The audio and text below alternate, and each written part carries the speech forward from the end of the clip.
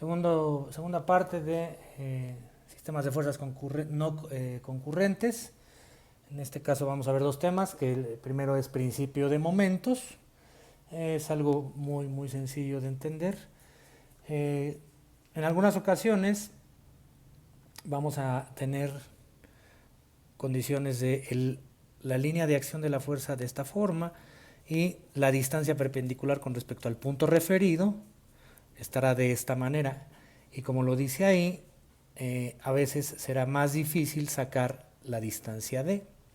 Entonces ahí este principio de momentos lo que nos dice es que podemos hacer que la fuerza se descomponga en sus componentes x y como lo vimos en los videos anteriores, bajo mi línea de acción y yo sabré que esa distancia perpendicular va a tener una tendencia de giro antihorario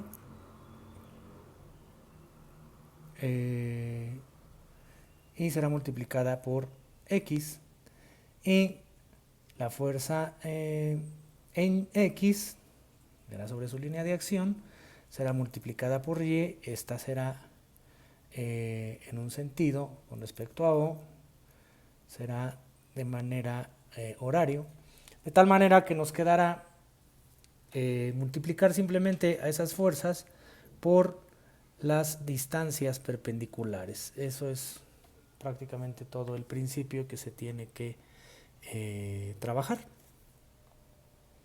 Estos ejercicios los veremos más adelante. El siguiente tema es momento de una fuerza con respecto a un eje específico. Para esto nos tendríamos que imaginar que un eje específico puede ser una puerta donde va a tener un eje específico y nosotros tendríamos que sacar ese momento con respecto a ese eje. Lo que comenta esto dice, si el momento de una fuerza F se debe determinar respecto a un eje arbitrario, entonces para la solución escalar es necesario utilizar el brazo de momento, o sea la distancia de A, o la distancia más corta, que en este caso, bueno, sería aquí.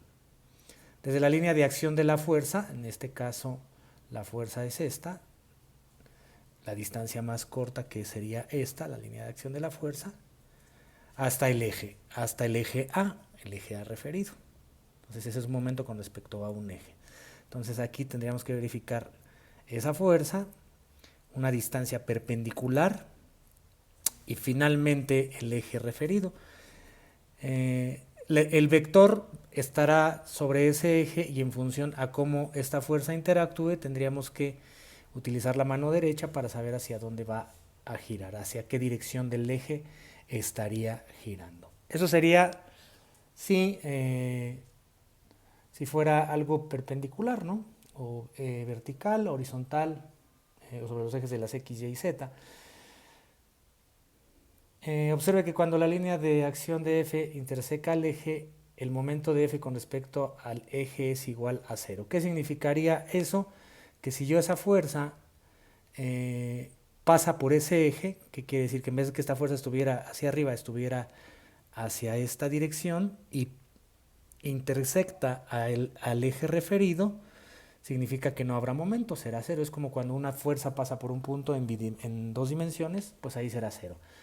Además, cuando la línea de acción de F es paralela al eje, el momento también será 0. ¿Qué significa eso? Que si esta fuerza ahora estuviera paralela al eje A, también va a ser 0. Entonces, si es paralela o intersecta al eje, no va a haber momento. Tendríamos que identificar en el diagrama a 3 dimensiones qué pasa, si efectivamente pasa esto.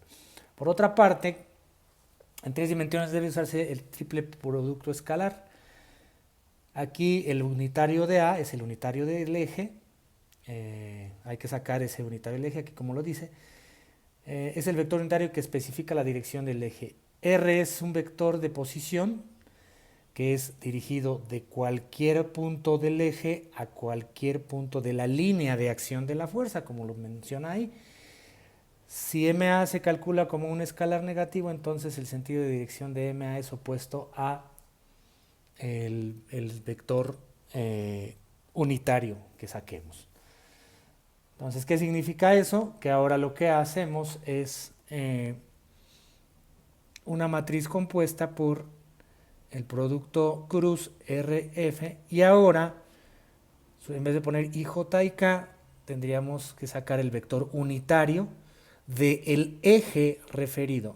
¿Qué pasa si el eje es X? Pues sería 1,0,0.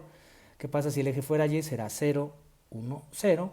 ¿Y qué pasa si fuera Z? Sería 0, 0, 1. El vector unitario. Y lo único que saca es la determinante de eso. Y eso nos va a dar la magnitud. Y simplemente direccionaríamos hacia el eje. Si sale positivo, es hacia la dirección que le demos el vector unitario. Si sale negativo, es que está en sentido contrario a la dirección que le dimos al vector unitario.